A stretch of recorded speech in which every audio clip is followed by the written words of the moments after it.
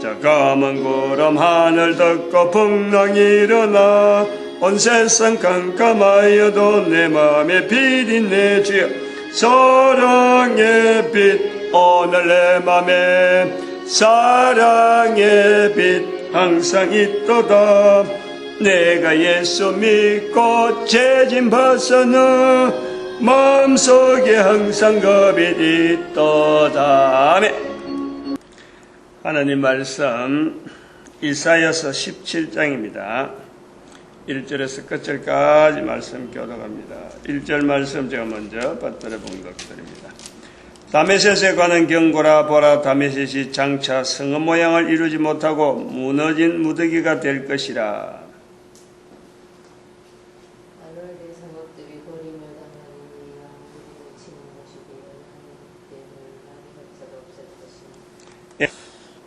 이사야 17장 다메섹에 관한 경고라. 다메섹은 지금도 다마스커스라 하는 이름으로 있는 나라입니다. 그러나 이 본문 성경을 보면은 이사야 17장이나 또 다른 데도 이런 표현이 나와요. 영영 서지 못하는 나라. 여기 보니까 항폐하리니 9절에 보니까 그날의 견고한 성읍들이 옛적에 이스라엘 자손 앞에서 버림받은 숲풀 속의 처소와 작은 산꼭대기의 처소 같아서 황폐하리니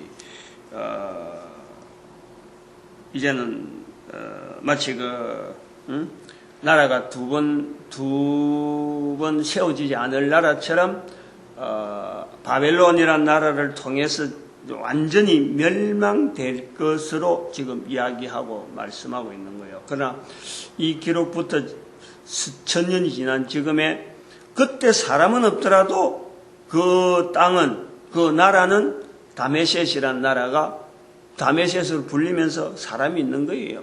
물론 그 당시에 사람은 완전히 달랐겠죠. 바벨론 사람으로 와서 완전히 썰어가지고 거기에서 바벨론의 정책이 다른 나라를 신겨줬죠. 다른 나라를. 지금은 시리아라 그래가지고 성경 속의 아람이라든지 이 다메섹 하는 거는 지금의 시리아입니다. 시리아. 지금 반군. 여전히 그 다메섹 아람이라 하는 나라 속에 시리아라는 나라 속에 반군이 있고 안 맞는 거예요. 정치하는 사람이 있고 또 그 정치하는 데서 반대하는 사람이 지금 나타난단 말이죠. 이스라엘 사람들이 지금 읽으면서 다메섹이라 하는 이런 이 범위를 놔두는 이 자리는 이 이스라엘의 입장이래. 이스라엘의 입장. 그 이스라엘이 이거 우리나라다. 이거 우리와 같다. 요래 해버리면은 이 다메섹도 없고 모압도 없고 지난번에 그 창세기에 나와 있는 대로 그 이스라엘의 딸이 딥나가 이 간통을 당해가지고 간통인가 그게 아니고 강간을 당해가지고 이제는 그 족속들이 와서 우리하고 같이 살자. 살아버렸으면은 이게 이스라엘도 없고 다메섹도 없고 아무것도 없는 거예요. 결국 이 주변에 이사야 성경을 통해서 나타난 주변에 여러 나라에 대해서 이게 없는 거예요.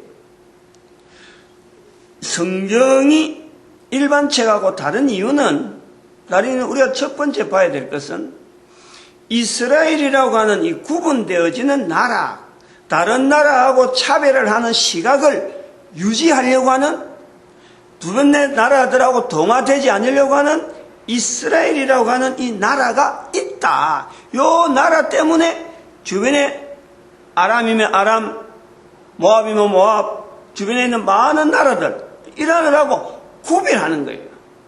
블레셋도 구별하고 블레셋하고 막 가까이 있으면서 다윗 이전에 블레셋하고 그 사사기에서 얼마나 많이 분쟁이 있습니까? 막 수없이 싸우는데 그 싸울 것 없이 막 우리나라도 같이 하고 막 어울린다 하면요.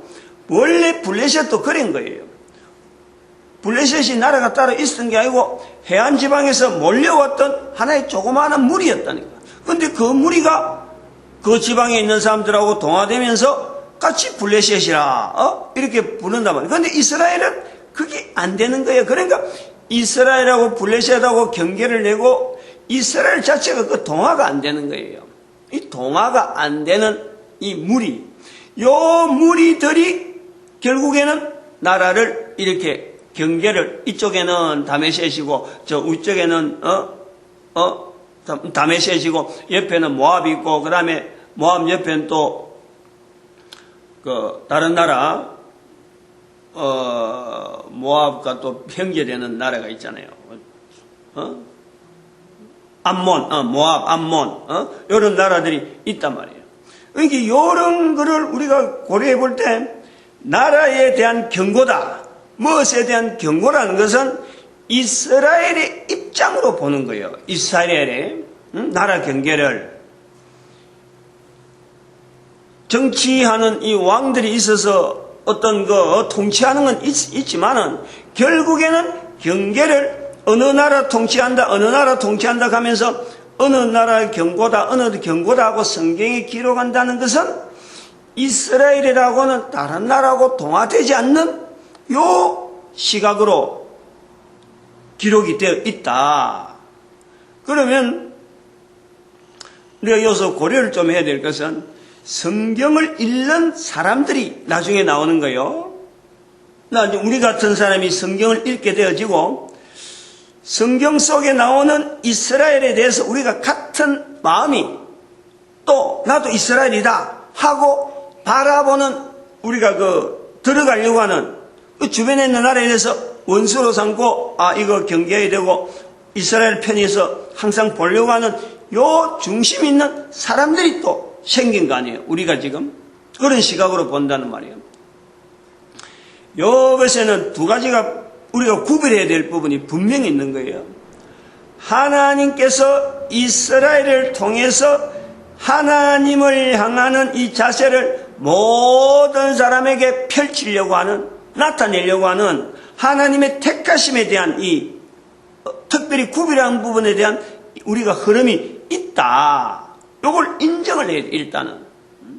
다시 말하면 내가 지금 신앙을 하고 있다 그러면은 신앙하고 있는 나와 신앙하지 않는 자와 하나님에 대해서 내가 분명히 지음받은 사람인데 지음받은 것을 인정하는 한 사람이 하나의 흐름이 있는가 하면은 아무래도 똑같이 지음받고 상황 자체가 바뀌지 않는 똑같은 상황인데도 불구하고 그리고 한 가족이라도 이것을 인정하지 않는 거예요. 그것을 구별하기 위한 차별. 소위 말하면 하나님 앞에 지음받은 인간으로서 살아가는 일에 자기 인생을 삶을 나타내기를 원하는 하나의 무리가 있는가 하면 전혀 그렇지 않는 무리에 또 다른 무리를 우리가 이 이스라엘이라 하는 이 시각을 통해서 나라를 구별하는 이 이사야 성경에서 이런 것을 보는 거예요. 성경 전체를 통해서도 하나님께서 이스라엘 백성들에게 왜 이렇게 말씀을 하고 성경을 주셨느냐? 지으신 자를 인정하는 피조물의 자리에 있는 한 무리라는 거예요. 한 무리라는 거예요. 그런데 이것이 발전해 보면 이것이 이런 내용이 구별하는 내용이 스스로 하나님 앞에서 내가 그러면 구별하려고 지은 것을 인정하는 사람의 입장에서 그 무리 속에서 내가 스스로 하나의 무리를 만들어버리면은, 가까워질 수 있는 옆에 사람에 대해서 똑같이 인정을 하고 받아들이고 저들도 우리가 같이 돼야 되는데 하는 마음이 아니고 우리끼리 해버리면은요, 이게 이스라엘이 선 껐듯이 주변 사람끼리 껐듯이 똑같이 꺼버리는 거예요. 우리도 그렇게 되는 거야. 성경에서 나오는 이스라엘만 이런 내용이 되는 게 아니고 구별을 해야 되는 것은 맞는데 구별하는 무리를 통해서 하나님은 전 인류를 지금 여기서 포용시키려고 이제는 다른 사람 다른 어떤 참 하나님을 인정하지 않는 여러 종족이나 여러 사회 국가를 통해서 흩어서 그 모든 사람이 다 구원받는 데에 하나의 시작되는 점으로서 쓰임받는 도구로서 이스라엘 백성들로 이렇게 구분해놨는데 그 구분되어지는 이스라엘 자체가 이제 두 번째 개념이란 말이에요. 우리끼리 가는 거예요. 우리만 옳다. 우리만 하나님에 대해서 올바른 참 바른 사랑으로 산다. 이런 자세로 자기들이 선을 그어버리니까 다메섹이 나오고 모압이 나오고 아람이 나오고 자꾸 그 부분이 아니네. 모압과 암몬이 왜 이 성경에 이사야에 암몬이 없어요. 이상하게 이 롯의 두 딸에 의해서 형성되어지는 마치 그 아브라함의 조카잖아요. 그래서 굉장히 가까운 족속인데 모압은 앞에 나오고 암몬이 안 나와. 이사야에. 그래서 자꾸 이사야 암몬이 자꾸 내가 이름이 안 나오는데 이게 어찌 보면은 가까워질 수 있는 관계인데도 불구하고 선을 끊는 이 어떤 이스라엘의 주체적인 어떤 흐름이 있어가지고 꺼인다. 그러나 그것이 시발점은 끄라고 구분되어지는 것이 아니라 분명히 하나의 구분은 구분인데 선을 끊고 담을 쌓고 멀리하기 위한 구분이 아니고 요 구별되어지는 사람들이 이 구별되어지는 원리를 통해서 자기 자신도 사실은 별거 아니잖아요. 아니잖아. 구별되어질 만한 이유가 없어요. 단지 지으신 자에 대한 나를 지으신 자에 대한 인정, 그것이 자기가 잘해가지고 또 그것을 갖고 큰 어떤 당장에 그거에 대해서 이득이 있고 큰 어떤 게 아니에요. 지으신 자를 아는 것 자체가 결국에는 알려야 되는 거예요.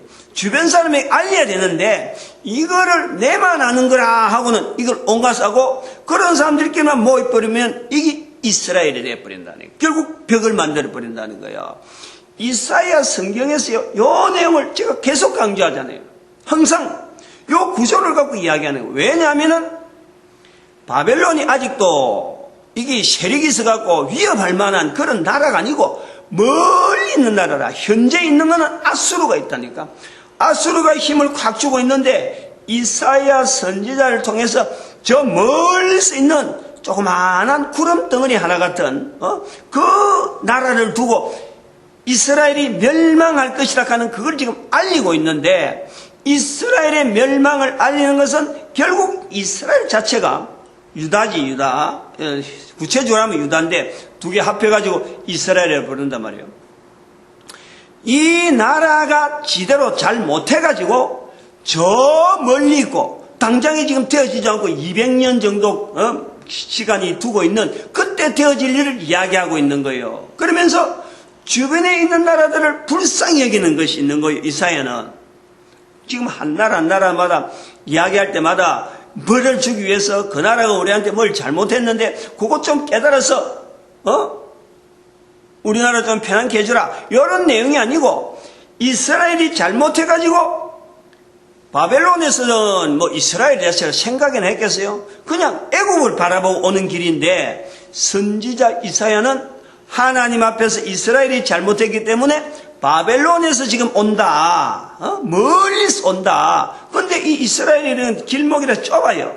그 주변의 나라가 당할 수밖에 없지. 그 큰 군대가 오는데, 어마어마한 군대가 오는데, 애굽을 공격하기 위해서 오는데, 어떤 사람 진짜 말로, 일렬 정대로 해갖고 행상이 지나가듯이 그냥 썩 지나가는 게 아니잖아요. 큰 군대가 무기하고 식량하고 막 잔뜩 들고 오는데, 엄청나게, 그리고 식량도 자기 나라에서 들고 올 때 일정한 걸 들고 오면서 그 식량을 보충하기 위해서 결국 주변 나라를 공격하면서 오는 거예요. 그 식량이 떨어지면 돌아가는 거예요. 그러니까 식량을 작업할 수 있는 전쟁이라는 게 옛날 구조가 그런 거란 말이에요. 애국까지 전쟁이라고 하면 애국까지 있는 통로에서 어디를 치고 어디를 싸워서 이기면 소위 말하는 식량이 확보될 거다. 이런 계산을 하고 오는 거지. 그러니까 이사야 입장에서는 이스라엘이 잘못해서 오는데 바벨론에서야 이스라엘 생각도 안 하고 애국을 보고 오는데 이사야가 볼 때는 이 조그만 나라 이스라엘 이거 하나 하나님께서 바로 잡으려고 주변 나라에 지금 영향을 미치니까 미안한 마음이 있는 거예요. 미안한. 안 당해도 될 고통을 우리 때문에 당한다. 요 내용을요, 이사야에서 우리가 읽어야 된다, 이 말이지. 그런 내용으로서 이스라엘이 잘못한 것으로서 우리가 볼 때는 이렇게 다메섹이면 다메섹, 모압이면 모압, 암몬이면 암몬, 이 블레셋이면 블레셋, 이렇게 선을 끊는 것 자체가요, 표현은 안 했지만 이게 잘못된 거예요. 이스라엘이 잘못한 것 중에 우리가 이걸 찾아내야 된다, 이 말이지. 그래서 다메섹에서 보면은, 오늘 여기 17장에 보면은 흩어버리는 내용이 많이 나와요. 이 다메섹에서 보면은,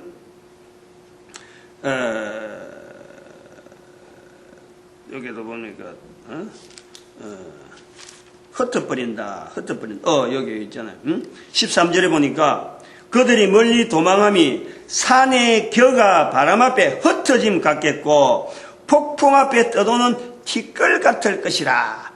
다메섹을 통해서 흩어버리는 건데, 이거는 실제로 이사야 이사야서를 통해서, 이사야 선지자를 통해서 하나님께서 이스라엘이라 하는 이 나름대로에 참 구별되어지는 이 나라, 이 나라를 구별하는 이유는, 구별한 이 내용을, 하나님 앞에 구별된 이 내용을 자기들만 누리라는 것이 아니고, 이 내용에 대해서 지으신 하나님에 대해서 이걸 흩어야 되는 거예요. 자꾸 옆에 사람한테 알려주고, 우리도 당신도 들어온다, 당신도 들어온다, 열애해야 되는데, 이것을 우리만 하고 딱 오다 싸버리니까 하나님께서 결국엔 이스라엘을 흩어버리는 거예요. 다메섹을 흩어버린다 하는 표현에 이사야 선지자에서 나타나는 이스라엘을 흩어버려야 되는 하나님의 그 입장이 있는 거예요. 그렇게 보호해놓고 했는데 이제는 시간이 되고 예수 그리스도 오실 때가 다가오기 때문에 이스라엘을 흩어야 될 하나님의 섭리가 있단 말이죠.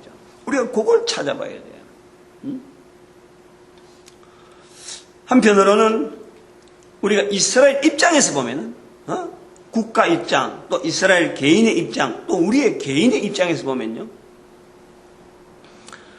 지금 현재 우리가 국가 단위로 있잖아요. 국가 단위, 나라 단위. 지금은 부활통일 시대에서 기본 단위를 나라 단위라고 하는 이런 표현하는 이유가 당연히 나라 단위인데 뭘 갖고 새삼스럽게 나라 단위로 지금 기본 단위를 한다느냐 하지만요, 인류가 남아있는 이 오래된 연대로 보면요, 나라로 쓰기 시작한 것은 얼마 안 돼요. 구체적인 것은 이게 공산주의라는 것이 이 땅에 나오면서 하나의 개념이고 이론인데, 이거 생각인데, 나는 이런 것을 나타낸다 하는 주의, 공산주의인데, 공산하고 주의는 완전히 다르거든요. 공산하고 공산주의는 완전히 다른 거예요. 이 공산주의가 나오면서 그때서 비로소 우리 인류 사이에 결국 하면 2차 대전 조금 앞에 1785년에 산업혁명이 기점이 되는 거예요. 산업혁명. 그러면 결국 우리가 300년도 안 되는 거야. 250년도 안 되고 230년. 1765년을 250년 보면 되겠네. 250. 지금부터 250년. 딱 500년의 반이네요. 공산주의가 나오면서 나라라는 개념은 또 그때 나온 게 아니라 공산주의가 나오면서 정치가 되어지고 그 다음에는 이 2차 대전이 흩어지면서 2차 대전은 결국 1940년 한 100년 정도 1939년부터 2차 대전이 되어지고 1차 대전이 1904년 그것도 얼마 안 된다고. 하여튼 100년간이라 100년간. 요런 우리 인류 사이에서 100년도 안 되는 지금 시대에 우리가 나라라는 이 구성이 되어지는 거예요. 공산주의하고 나라 구성하는데 무슨 관계가 있느냐. 이런 걸 우리가 좀, 꼭 이렇다라는 건 아니지만 분명히 관계된 요소가 있다. 우리가 볼 때 그 전에는 2차 대전 되기 전만 해도 영국도 제국이고 일본도 제국이고 제국이라는 나라가 있는 거예요. 제국이란 이게 국제적으로 인정이 되어지는 거예요. 제국은 다른 나라까지 다 포함해서 소위 말하면 소비에트 연방, 소련의 연방, 대영 제국, 그 다음에 스페인의 수많은 식민지, 포르투갈의 식민지, 이런 걸 다 합쳐서 미국도 하나의 식민지를 두고 필리핀이 미국의 식민지였다니까. 그렇게 강부면 이런 식민지 제도를 인정을 하던 이런 시대가 있어. 그럴 때는 나라라는 말이 안 통하는 거예요. 우리나라 개발이 소용이 없어. 그냥 자기들이 통치하고 있는 거기에서 참 표현을 어떻게 하든지 오스트리아 말이라도 구라파에 있는 오스트리아 지금은 자그마한 나라예요. 그러나 옛날에는 1차 대전 일어나기 전만 해도 1차 대전이 일어나기 전만 해도 오스트리아는 유럽 전체가 어쩌면 오스트리아 제국으로 독일 빼고 밑으로 이게 어마어마한 땅이었다니까. 근데 그것이 지금은 나라로 전부 다 종족 단위로 해가지고 우리나라 해버리면 그것이 다 인정이 되어지는 시대란 말이에요. 이럴 때에 공산주의가 어떻게 이게 나라 구성하는데 개념이 되어지느냐. 다시 말하면은 공산주의를 채택한 나라와 공산주의를 배격하는 이런 어떤 구분되는 선이 나오는 거예요. 우리가 공산주의 받아들였다. 그러면은 그 공산주의 받아들인 그룹 자체를 하나의 단위로 해서 이렇게 경계로 하는 거예요. 우리 공산주의 같은 나라 안에서도 같은 국가 안에서도 공산주의 받아들여서 그러면 선을 끊는 거예요. 어디까지 공산주의를 받아들인다. 그때부터 공산주의를 통해서 우리가 지향하는 우리끼리 이런 정치 속에서 살기를 바란다 하는 이 희망하는 사람들에 대해서 이렇게 선을 긋다 보니까 그것이 나라라는 단위로 구분되어지는 그런 계기가 되는 거예요. 물론 여러 가지 이제 나중에 또 그런 공산주의 흐름에서 지나가고 나는 또 어떤 국제연합을 통해서 하나의 법에 대한 이런 법망을 통해서 지역을 땅덩어리를 어떻게 할 거냐 분배에 따라서 나라 단위가 나오기도 하고 구분되어지지만은 그거 이전에 개념 우리는 자본주의다, 우리는 사회주의다, 우리는 자유주의다, 우리는 공산주의다 이렇게 선포하는 그 지역을 나누어 가지고 통치 영역에 접근할 때 공산주의 정치가 들어간다, 자유주의를 본다, 자본주의를 본다, 사회주의를 한다 이런 주의라고 하는 이 개념을 통해서 나라가 형성이 되어진다. 기초적으로 어떨 때까지는 어느 지역까지는 어떤 나라고 어떤 나라 이렇게 지향하는 거예요. 그 전으로 계속 가보면은 제국이 있고 또 조금 더 나가면은 종교를 가지고 종교 관할 안에 들어간 사람 모든 사람은 뭐 프랑크 제국이라든지 신성 로마 제국이라든지 이슬람 제국이라든지 이런 종교 형태로 구분되어지는 거예요. 그거 앞으로 더 나가면 로마 제국 외에는 어떤 특별한 제국이 없단 말이에요. 이 아수르라고 하는 것은 이런 제국이라고 하는 이런 내용이 나오기 전에 왕조도 아니고 왕조라고 보기도 가깝겠죠. 왕조. 이런 것이 뭐 큰 힘을 가지고 지금 막 몰려다닐 때 그거는 막을 수 있는 힘이 다른 어떤 힘이 없는 거예요. 요런 지금 아수르가 있고 바벨론 있을 때만 하더라도 이런 개념에서 내 한 사람이라 하는 이런 구조, 나 외에 다른 사람과 선을 끊는 이런 발달된 나라라 하는 이런 개념이 바로 공산주의로부터 되어진다. 우리가 왔다는 거예요. 지금 현재 여기에 이런 공산주의로 내어지는 이런 나라라는 개념이 있기 전에 성경에서는 유대인을 통해서 자기들 나라 이런 구분을 다른 사람한테 퍼뜨려야 되는데 퍼뜨리지 않고 우리끼리만 하는 이 바람에 경계가 있는 요 내용하고 현재 우리 나라 단위로서 구분되어져 있는 이 구조에서 이 비슷한 내용 우리가 평행 이론에서 한번 살펴볼 수 있는 거예요. 공산주의에 대한 이 영향. 제가 요 내용을 지금 같이 오늘 아침에 좀 연결해 보려고 하는 거예요. 공산주의에 대해서 이 공산주의가 이렇게 우리라고 하는 하나의 이 틀을 만들 수 있는 어떻게 보면 이론적인 부분에 굉장히 힘을 가졌던 것이 이게 바로 해겔의 변정법이라. 해겔의 변정법. 해겔의 변정법이라고 하는 것이 있는 거예요. 다시 말하면 정반합. 정이라고 하는 어떤 상황이 있으면은 거기는 반드시 반이라고 하는 합인 어떤 상황이 나온다. 그 상황이 나중에는 합해서 합이라고 나오는데 요 합이 되어지는 요 내용이 바로 공산주의가 바로 합이다. 이렇게 설명하는. 그래서 공산주의를 다른 사람들이 받아들일 때에 이론적으로 공산주의가 뭐냐? 정이 있고 반이 있는데 지금 현재 서로 어르렁거린다. 안 맞다. 그래서 공산주의가 있음으로 해서 이 두 개가 합해지는 과정에서 반드시 있어야 되는 인류의 파라다이스다라고 하는 표현으로 공산주의를 보급을 시키는 거예요. 아주 유력한 거예요.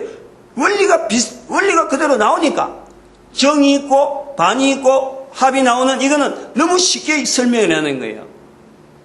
그 정이라는 과정을 뭐로 보냐면은 바로 이게서 지금 산업혁명을 통해서 나타나는 자본주의라는 게 자본주의.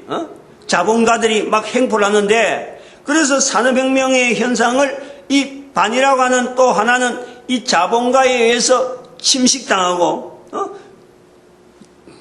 노동력을 착취당하고 생활 자체에 대해서 자유를 잃어버리고 이 고통당하고 있는 하나의 누리는 자와 누림을 받는 자, 이게 정이 있고 반이 있다는 거예요. 이 두 개가 충돌이 일어나서 결국은 합의 방향으로 나아가는 하나의 벡터죠, 벡터. 두 힘이 좀 이렇게 갈등을 느끼다가 한쪽으로 나아갈 때 이게 합의 형상으로 나온다 하고 공산주의를 발달시키는 거예요.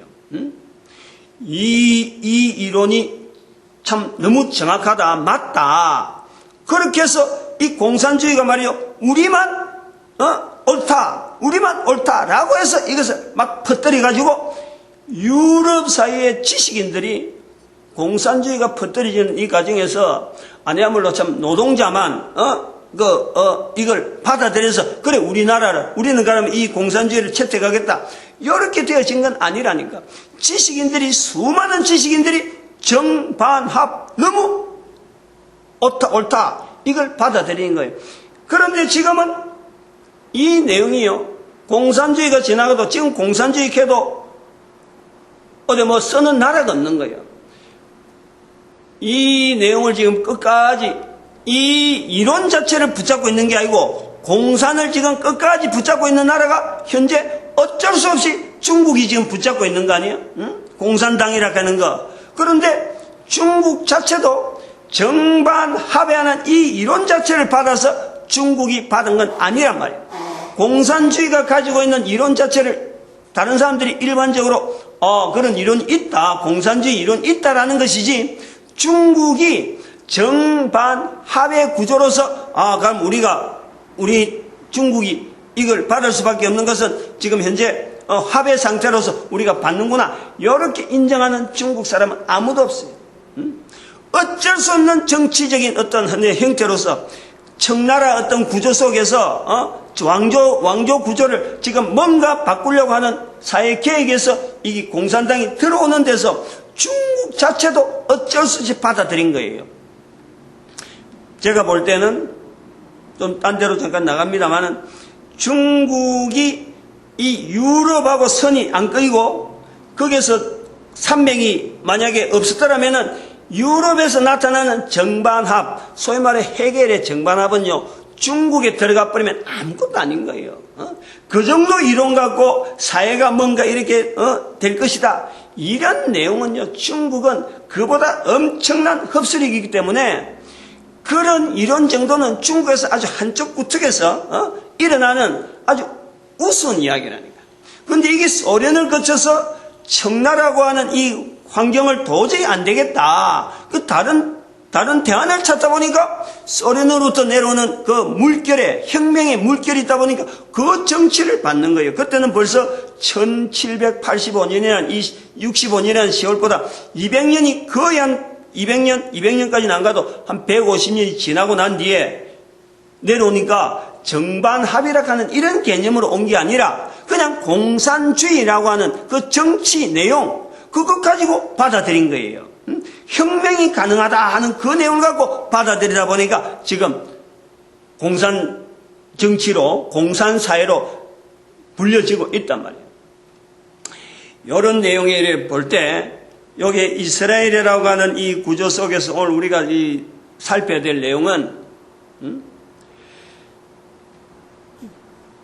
이스라엘 자체도 우리만 하는 것도 이것도 정치로 봐도 공산사회라 하는 이런 정치라고 사람이 만드는 이런 정치, 이것이 옳다, 이것만 된다 라고 하는 하나의 공산사회라고 하는, 공산주의라고 하는 그 이론 자체도 일종의 유대인들이 보는 우리만 하나님 앞에서 살아가는 우리다, 나머지는 전부 우리가 선을 긋자 라고 하듯이 공산주의를 통해서 나라가 우리가 받아들일 것이냐 안 받아들일 거냐 하고 구분되어지는 하나의 표준이었다니까.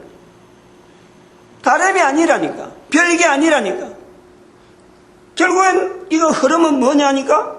하나님은 온 인류라 이거 지금의 뭐 모든 인류라 이거 이게 전체적으로 보면 서로 간에 교통이 되어지고 교류가 되어지고 서로 간에 협조해야 될 하나의 구조로서 지금 전부 다 오픈되어 가는 거예요. 전부 다 서로 간에 연결되어 가는 거예요. 중국 같은 나라에서 공산이라고 하는 이 사건 자체를 받아들이지 않았다면, 그런 상황을 받아들이지 않을 정도로 나라가 그냥 청나라 이 왕조가 유지가 잘 됐더라면요, 중국은 지금도 다른 나라하고 관계를 맺어야 될 어떤 필요를 안 느끼는 거예요. 나름대로 맞아서 탄탄하니까. 소위 말하는 독불 장군처럼 중국 자체가 가지고 있는 우리만 하는 그 내용이요, 이스라엘 못지않게 가지고 있단 말이에요. 전체적인 내용을 우리가 오늘 이사야서 17장에서 봐야 될 내용은, 하나님의 섭리는 인간이 가지고 있는 어떤 내용을 갖고 반대하고 참 하나님을 믿는다 하는 사람들끼리 가지고 있는 그 어떤 아집, 우리만 하는 그것 자체도 깨뜨려버리고, 또 큰 나라가 역사를 가지고 이건 우리만 가지고 있다 하는 그런 중국이라고 하는 큰 나라조차도 하나님은 결국에는 이 모든 인류가 구원받아야 될 수준에서 평준화시키고 있는 거예요. 평준화.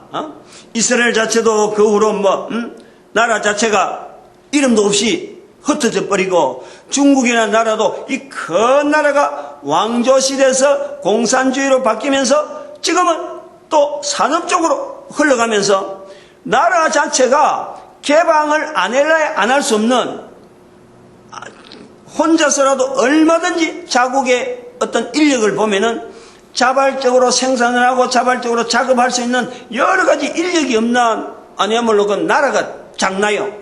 엄청난 땅덩어리는 불구하고 전 인류 가운데 자기의 모습을 드러내고 교류를 해야 되는 이런 상황이라 보인단 말이에요. 이걸 두 개를 제가 비교를 해서 나오는 거예요. 나라라는 개념하고 이스라엘이라는 단독적인 상황, 옛날 상황하고 지금 상황하고 두 개를 쭉 하는데, 결국에는 지금이나 과거나 성경 속의 이스라엘이나 지금이라고 하는 전 나라라는 이 전 인류가 모든 어떤 참 여러 가지 사건들, 여러 가지 일들, 여러 가지 현상들, 현장들, 문화가 다르고 언어가 다르고 사람이 다르는 이 모든 것을 통해서 한 방향으로 보이고 있는, 한 방향으로. 뭐냐면 그것이 모든 사람을 구원하시기 위한 하나님의 섭리 속에서 우리가 보는 거예요. 언어가 통하잖아. 서로 간에 통용되어질 화폐가 있고 서로 간에 통용되어질 여러 가지 가치관이요, 형성이 되어지는 거예요. 옛날에 우리만 하던 이런 내용이 이제는 차츰차츰 사라지고 있는 과정이다. 이사야 선지자를 통해서 나타나는 이 다른 나라 다메섹에 대한 경고라든지 여러 가지 표현 나온 내용을요, 우리는 지금 잃는 입장에 있는 거예요. 예수님이 이미 오신 이후에 잃는 입장에 있단 말이에요. 잃는 입장이 있기 때문에 예수님의 지나오신 그 분명한 과거상 이미 오신 예수님, 그 오신 예수님을 분명히 두고 성경에 있는 이 내용을요, 우리는 자꾸 현재적인 내용으로 해석을 해야 될 필요가 있다. 그래서 이스라엘이 가지고 있는 이런 상황이 17장에 나타나시, 이제 앞으로 또 다른 나라도 나옵니다. 다메섹도 나오고, 또 구스도 나오고, 구스는 애굽하고 같은데, 이렇게 구스도 나오고, 애굽도 나오고, 계속 나와요. 또 이스라엘만 나오는 게 아니고, 다른 성경에도 또 수많은 이웃 나라 나와요. 그 나라들의 상황 자체를 오늘 우리의 상황 속에서 이걸 자꾸 보려고 하는, 그래서 성경에 모든 나라가, 지금에 있는 나라가 다 들어갈 수 있도록 만들어줘야 되는 것이, 이게 우리가 먼저 읽는 우리가 해야 될 일이라는 거죠. 해야 될 일이라. 17장에 나오는 그 상황, 다메섹에 가는 상황 중에서도 이 다른 그 나라, 바벨론이나 그 다음에 모압에 대해서도 15장도 있고 16장도 있고 있는데, 한 장 한 장마다 해도 항상 거기에 하나님의 마음을 나타내는 마음이 항상 있어요. 여기도 17장에도 보면은 6절에 보니까 다메섹에 대한 경고가 분명한데, 6절에 있는 내용에는 그러나 오히려 죽을 것이 남으리니, 죽을 것이 있다는 거예요. 쌍거리 다 없애버리는 이런 내용이 아니에요. 바벨론의 자체에서는 밀려오는 내용을 볼 때는 이게 전부 다 멸망당하고 아무 흔적도 남을지 않는 정도로 그냥 막 빗자루가 쓸듯이 싹 쓸어버리는 듯이 있는데, 하나님은 그 속에서라도, 그런 자들이 지나가는 과정에서라도 이 죽을 것이 있을 정도로 남겨둔다는 거예요. 죽을 것이라는 것은 어찌 보면 낱개지, 전체에서 볼 때는 없어진 거 보면은 몇몇 안 되지만, 그러나 그것이 분명히 죽을 것이 있는 그곳에서요, 다시 열매를 맺는, 이 역사가 분명히 섭리가 있다니까. 그러니까 지금 아까도 말씀했지만 다메섹이라는 내용이 과거에 수천 년 전에 있던 성경의 기록이지만 여전히 그 이름이 다메섹이라 하고 지금 있단 말이에요. 이런 것을 현재적으로 성경을 읽는 다메섹에 있는 사람이나 같은 이스라엘이나 이게 같이 읽을 거 아니에요. 읽을 때에 지금의 읽는 입장에서의 시각을 아까 제가 설명하듯이 그렇게 봐라 이거지. 똑같이 다메섹에 있는 사람이 이걸 볼 때는 이거 성경에서 우리를 향해서 지금 공격하는구나. 우리가 영락없이 이스라엘 백성들은 성경대로 그 땅을 우리가 차지하겠다 했고, 성경의 기록의 내용에 다메섹에 들어가 보려니까 이 다메섹에 대해서 벌이 내려오고 사라질 것 같은 이 내용이 나와버린단 말이에요. 이 내용을 극복하기 위해서 과거에 기록된 상황에서의 이스라엘의 잘못과 현재 읽는 우리가 어떤 상황에 분명한 갭이 있는데, 이 전체적인 것을 하나로 조합해가지고 우리가 바라볼 수 있는 시각이 뭐냐, 이게 서로가 고민해야 될 부분이지. 이스라엘 백성들이 성경 읽으면서 오냐, 너희들이 우리가 이 땅에 하나님의 말씀대로, 성경 말씀대로 우리가 이 땅을 참여했으니까 마치 또 성경에 기록된 대로 다메섹 너희들은 역시 멸망할 그런 조건이 준비되어 있다, 이렇게 봐버리면 안 된다는 거예요. 이거요, 구약 성경에 이런 요소가 굉장히 많아요. 이런 요소가 많다. 구약에 기록된 대로 애굽이나 바벨론이나 이런 나올 때 어느 하나가요 좋은 표현으로 나오는 내용이 없잖아요. 근데 그런 내용의 상황에 그 상황이 있는데, 이걸 읽는 지금은 예수 그를 통해서 모든 사람이 성경에 들어와야 되고 모든 나라가 성경에 들어와야 되는데, 직접적으로 불려지던 그 사람들, 그 나라의 사람들은 도대체 어떤 자리가 있는 거예요? 이스라엘 외에는 전부 다 멸망의 대상이라니까. 구약대로 보면은, 기록한 내용만 보면 그런 거예요. 기록할 때의 상황과 그 기록한 사람들의 마음에 이게 어떤 방향으로 기록했다, 이걸 제외시키면은 지금에서요, 전 세계 인류 가운데 성경에 들어갈 사람들은 이스라엘 밖에 없는 거예요. 계속 성경 갖고 자기들이 지금도 나라를 해보겠다 하고 주장할 수 있는 그 나라는 이스라엘 밖에 없어. 그거는 절대 안 맞는 거지. 모든 사람을 구원하기 위해서 하나님은 성경을 허락하시고, 그 사람들을 또한 알리기 위해서 이스라엘을 구분해놨는데, 이스라엘이 우리 하는 그 자리를 이스라엘만 들어가고는 모든 사람이 구원받는데요. 안 맞는 거예요. 그러니까 이 성경을 어떤 성경으로 볼 거냐, 성경 자체가 어떻게 볼 거냐, 이게 전도서라는 거예요. 전도서. 하나님의 마음을 나타내며 하나님 앞에서 지음받은 인간이 피조물의 한 사람으로서 모든 인간이 동일한 거예요. 그 동일한 인간이 하나님 앞에서 하나님의 형상과 하나님의 모양대로 지음을 받은 분명한 자리로서 전도자 되어지는 한 사람 한 사람의 자리가 모든 사람에게 주어져 있다. 누구로 말미암아? 예수 그리스도로 말미암아 우리가 되어진 거예요. 그것을 혼자서 하면 도무지 안 되니까 성령 하나님께서 우리를 도우시는 거예요.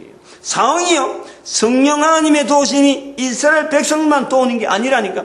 구약의 표현은 그런 표현이 많이 나오는데 이것이 모든 사람에게 적용되어야 될 시점이 가능한 것은 예수님이 오시고 난 뒤라는 거야.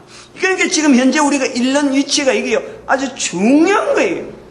이런 내용을 하지 않고 과거의 상황만 가지고 예수님 오시기 전에 상황만 갖고 그 내용을 동일하게 지금 적용해서 이스라엘에 대해서 이런 사람들이 이런 나쁜 짓을 했으니까 이런 벌 받는 소리를 듣는다, 이렇게 해버리면 안 된다니까. 한국이라고 성경에 기록 안 된 한국이라고 마치 제3자처럼 성경에 아무 관계없는 것처럼 읽어버리면은 실질적으로 이 다메섹에 있는 사람들, 모압에 있는 사람들, 이 사람들이 성경 안으로 들어와야 되는데 들어오면은 얼마나 겁을 내겠어요. 얼마나 이 성경의 표현을 기록이 안 된 게 차라리 낫다 싶을 정도로 자기들이 들어오고 싶어도 거리를 내는 거예요. 이래서 지금 이슬람 지역이라 하는 이 지역에 이 참 기독교도 멀리하고 유대인도 멀리하고, 유대인은 이 성경 안에 있는 이걸 갖고 우리 땅이라 하는 머리에 자기들이 성경 안에 들어갈 자리는 전부 다 유대인의 적으로 나오기 때문에 어떻게 들어오겠어요? 이걸 우리가요 깨달아야 되는 거예요. 깨달아야 된다니까. 그래서 유대인이 아무래도 못하기 때문에 한국이라고 하는 이 한국 사람을 통해서 하나님께서 온 인류에 중재자의 자리를 둔다니까. 중재자의 자리가 필요하다니까. 한국이 잘해서 아이고 이거 우리가 복받기 위해서 이 중재자에 들어가는갑다, 이런 게 아니라 역사 인류 가운데서 이런 여러 가지 상황에 성경의 기록이 분명히 있고 사람들이 아직도 여전히 그 지역에 살고 있는 이런 갈등, 이거는 유대인으로는요 아무래도 안 되는 거예요. 그래서 성경에서 한국 사람이 들어갈 수 있도록 어떻게 보면은 창세기 10장에 있는 벨렉과 욕단 그 형제의 사건을 참 이 한국 사람을 통해서 이 해석이 되어지는 거예요. 중국이라는 지형 자체가 왜 이렇게 형성되어 있을까? 왜 저 서쪽하고 구라파 지역하고 중국이 텐산 산맥이라는 큰 산맥을 통해서 이렇게 교통이 안 되도록 지형적으로 완전히 독립되도록 구분이 되도록 공산주의가 안 오면은 못 만날 수 있도록 하나님은 그 지형 자체를 그렇게 해서 동북아시아, 이참 우리가 속해 있는 동북아시아 요 지역을 백도로 해서 오늘 2013년 되는 오늘 지음에 이런 내용을 밝히는가? 이 전체가요, 어쩌면 시간이나 모든 시계가요 한치도 흐트러짐없이 하나님은 모든 사람을 구원하시기 위한 여러 가지 섭리 가운데 지금 우리가 있다는 거예요. 이걸 깨달으면은 잠을 잘 수가 있나요? 잠이야 자겠지만은 긴장된다니까요. 긴장. 해야 될 일 때문에 이것도 해야 되고 저것도 해야 되고, 한 사람이 해야 될 일이요 놀고 먹을 시간이 없어요. 한마디로 전부 다 한 사람 한 사람이, 우리 대한민국 5천만이라 그래도 어린애 갓난애까지 할 일이 막 보이는 거예요. 해야 될 일이 보인단 말이에요. 그러니까 5천만 갖고 짧아. 그래서 북한에 있는 2,500만, 만주 땅에 있는 2,500만, 그래서 합해가지고 1억을 만들었어라도 1대 70을 만들어야 돼. 그건 자꾸 인구가 불어나기 때문에 일본 사람까지 저 만주 땅에 보내가지고 온 인류를 감당할 수 있는 이 개념이 지금 중국과 한국과 일본 이런 구조로요. 하나님이 쓰시는 구조로 저희들이 계속 바라보고 있단 말이에요. 그것을 하나로 모을 수 있는 땅으로서 만주 땅이라 하는 어마어마한 땅, 이것도 역사적으로 관계 있잖아요. 일본이 만주 땅을 만주국이라 해서 자기들 통치한 경험도 있고, 우리가 첫 출발이 한반도라고 하는 건 여기서 몰려서 있기 전에 우리는 만주 땅을 단 할아버지가 거기서 정착을 했다니까요. 그것을 통해서 중국과 한국과 일본 여기서 세 나라가 합작을 해가지고 평화 공존하게 되는 이런 구상이 동북아, 제가 그 평화안이라 해서 그걸 내놓은 거죠. 공산주의에 대한 이 이론이 허구하다. 이걸 밝힐 수 있는 것은요, 성경의 이 내용밖에 없어요. 공산주의는 너무 단순하게, 내가 그런 아까 정반합에 대한 이 모순점을 내가 그거 할 시간이 없었는데 다음에 하면은 그것도 한번 밝힐 수 있는 쪽 굉장히 모순덩어리인데 당장에 보니까 너무 좋은 이론이 되니까 엄마 사람들이 싹 빨리들은 거지. 오늘도 우리의 걸어가는 걸음에 나 하나를 통해서 다른 사람하고 거리를 두는 이런 시각이 얼마나 많이 있는지 이런 걸 한번 좀 다시 한번 살펴보고 이 전도자는 바로 이 벽을, 내 자신에게 있는 이 벽을 깨뜨려 가지고 다른 사람을 우리가 같이 가야 될 길로 동참시키는 이 자리가 있다. 그리고 모든 교회는 이 전도하는데 하나로 뭉칠 수 있는 이런 어떤 교회의 모습이 되어야 되고, 우리 민족이 하나님 앞에 쓰임받는 민족 되도록 축복하는 시간 주여 감사합니다. 주여!